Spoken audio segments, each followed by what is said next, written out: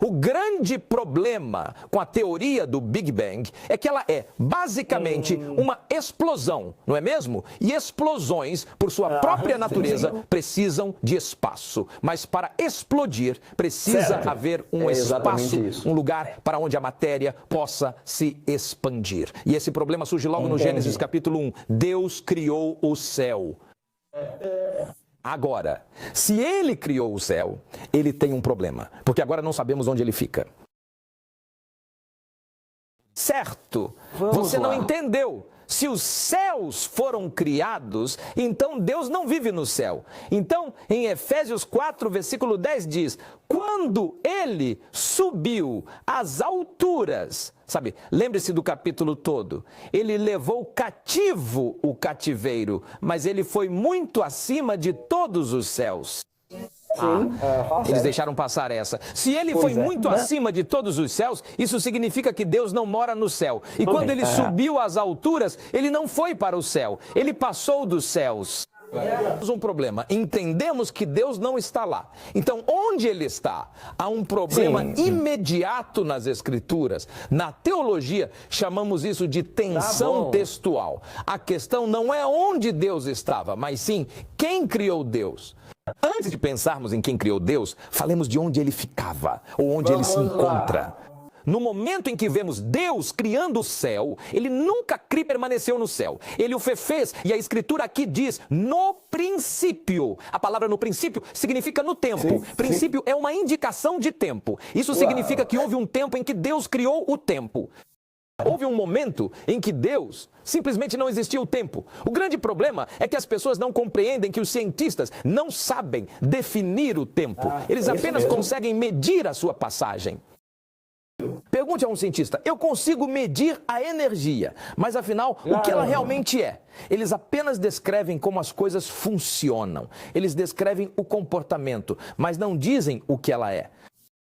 Então, eles acham que todos os cientistas não acreditam em Cristo e que não acreditam em Deus. Mas quem é esse Deus? De onde ele veio? Veja bem, no momento em que você diz de onde Deus veio, você não está falando do meu Deus. O Deus cristão não precisa vir de algum lugar. Se algo vem de algum lugar, então não é Deus. O motivo pelo qual o chamamos de Deus é porque ele não veio de lugar nenhum.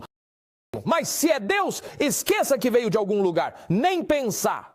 Bem, aqui está. No momento em que as pessoas perguntam quem criou Deus, elas estão dizendo que existe um momento em que algo criou Deus. Mas ao dizerem isso, não percebem que esse algo que criou Deus é, na verdade, o próprio Deus que estamos procurando. Tanta gente diz, não, mas o tempo sempre existiu. Não, a Bíblia diz assim, no princípio, o tempo. Deus criou o céu, o vasto espaço. E criou também a terra, toda a matéria que existe. Ao dizer isso, a Bíblia nos revela algo muito importante ali. Na ciência, nós costumamos chamar isso de continuum. É verdade. Ou melhor, o contínuo espaço-tempo. Contínuo implica que tempo, espaço e matéria coexistam. As pessoas esperam que Deus esteja limitado às regras do tempo. De onde ele vem? Quando ele surgiu? Quem o criou? Se Deus precisasse da criação, então ele não seria Deus. Pois na tradição judaico-cristã, Deus é, por definição, o criador incriado de todo o universo. Então, o problema com o ser humano normal, é tentar encaixar Deus. Nossa, no mundo deles. Obrigado, amém, E diga, você está submetido às minhas regras, 1 Timóteo 6, e quero que você comece a partir do versículo 15. A qual, a seu tempo, ele mostrará quem é o bendito e único soberano, o Rei dos reis e Senhor dos senhores. Senhor Supremo. Sim. O único que possui a imortalidade. Ou quem é o único ser que possui a imortalidade? Vivendo em meio habitando na imensidão da luz. Em que lugar ele habita? Parece que vocês não estão me compreendendo. Entendi agora. Ele habita em uma luz inacessível, a qual nenhum homem jamais poderia se aproximar. E isso não ocorre no céu. Não é lá que ele realmente se encontra. Ele habita na luz. Ele próprio é luz. Ele vive na circunferência de si mesmo. Então Deus sabe, eu existo em uma luz a qual nenhum homem pode se aproximar. Claro. E agora tenho um problema, porque quero criar alguém chamado homem que deveria se aproximar de mim. O que eu faço? Filipenses 2:6, o qual, sendo em forma de Deus... O qual, sendo em forma de Deus, vê isso? Ele era em forma de Deus. Sim, é isso mesmo. Não se teve por meio de usurpação. Ele não considerou isso um roubo. Não era uma mentira para ele ser igual a Deus. Nunca lhe passou pela cabeça que ele estivesse mentindo. E ele não estava. Eu sei que você simplesmente não percebeu. 7. Mas ele se esvaziou de si mesmo de maneira total. Esvaziou-se de sua reputação. A versão English Standard Version diz, ele esvaziou-se a si mesmo. Agora imagine, Deus está na circunferência de si mesmo antes do tempo. E ele percebe, imagine que ele está sentado bem ali. Onde? Na circunferência de si mesmo. Porque Deus não cabe em lugar algum. 1 Reis 8:27. Muito bem. Mas será que Deus habitará de fato na terra? Deus habita a terra? Então tá. Se não está no céu, cabe aqui? Vamos ver.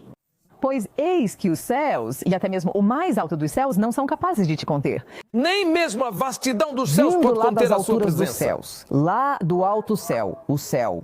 Ele é maior do que o céu onde você pensa que ele habita. Segundo Mas Crônicas 6:18. Mas será possível que Deus habitará verdadeiramente com os homens na terra? Eis que o céu e o céu dos céus não são capazes de te conter, quanto menos esta casa que eu edifiquei. Disse, construo um templo para ti, mas sei que é pequeno demais. Notem. Não. Deus não caberia em um único cristão. Não ouviram? Pois digo, Deus não cabe em um só cristão. Por isso, o cristianismo inteiro é chamado de corpo de Cristo. Ei, Psyu, vem cá. Agora, João 1:1. No princípio era o verbo, e o verbo estava com Deus. O que havia no princípio? João 1:1 é, na verdade, o início da Bíblia. Gênesis diz, no princípio, Deus criou os céus e a terra. Fala de um mundo material criado por um Deus cuja origem ignoramos. João diz, eu sei, pois estive mais perto de Jesus que todos vocês. Agora, João diz, no princípio era a palavra. Então ele está dizendo, no princípio era Jesus. Foi Jesus, sim? Sim, foi ele. E Jesus estava com Deus Pai. E Jesus era Deus Pai. Era Deus o Pai. É isso mesmo, viu? Todas as coisas foram feitas por ele, e sem ele nada do que foi feito se fez. Portanto, quando vemos a Bíblia dizer, e Deus disse, haja, sabemos que na verdade ela está dizendo, e Jesus disse, haja. Porque João disse que ele é quem criou todas as coisas. O Verbo criou. Quero que você vá para Hebreus 1:3. Este é o versículo. O qual, sendo o resplendor da sua glória e a expressa imagem da sua pessoa.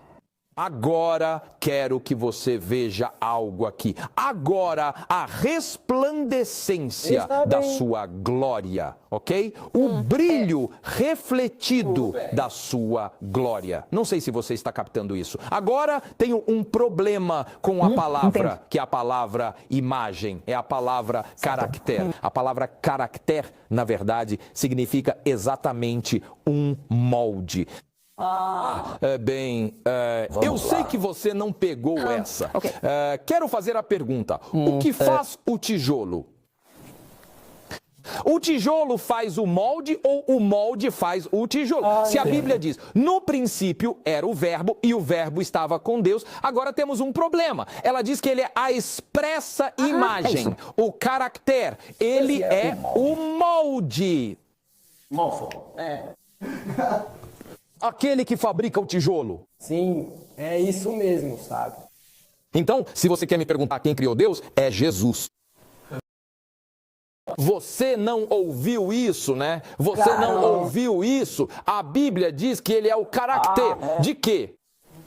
Meu Deus. De Deus. Ao dizer imagem expressa, pensa só num carimbo. É um dos sentidos, um carimbo. Ao usá-lo, o carimbo sai com a autoridade. Entendo. Sim, não é aquele entendo. que é o que ele imprime. Agora, o outro é a forma da palavra ou a palavra, o molde da palavra, aquele que faz a coisa. Diz que ele criou o expresso? Entendo, mas só se tiver uma moeda sobrando, né? Você vê um desenho nela, uma imagem. Essa imagem veio de uma forma, de um molde. A moeda e o molde. A palavra caractere não é a moeda. É este o molde. Fui profundo demais? A Bíblia diz, no princípio era o verbo. Jesus já existia antes de tudo o que chamam de Deus. Deus não pode ser Deus até que alguém o adore. Por isso, a Bíblia diz, se dedica mais tempo à esposa, ao carro, à casa ou aos filhos, não é digno do reino dos céus. Ou seja, tudo a que se dedica vira seu Deus. Imagine a palavra sozinha, sem ninguém a adorar. Entendi. Como, então, o verbo pode se tornar Deus quando não há nada para adorá-lo? Então Jesus falou e criou os anjos. E imediatamente após ele criar os anjos se ajoelharam, curvaram-se, olharam para ele e o adoraram. E ele se tornou Deus. Entendi. No princípio era o verbo, É isso mesmo, mas não havia quem o adorasse até ele criar. Ao criar, tornou-se Deus, pois agora é adorado. Por isso as escrituras existem. No princípio era o verbo, e o verbo estava com Deus. Ou seja, o verbo continha poder divino, mas só se manifestava se algo o adorasse. O Deus a quem servimos, irmãos, é grande demais para ser contido no tempo que ele criou. Eu já lhes disse antes, Steve Jobs não está no seu iPhone. Não. Se o Criador não está no computador, por que quer pôr meu Deus na terra? E se o meu Deus tivesse um começo e eu pudesse explicá-lo por completo, eu não gostaria que ele fosse o meu Deus.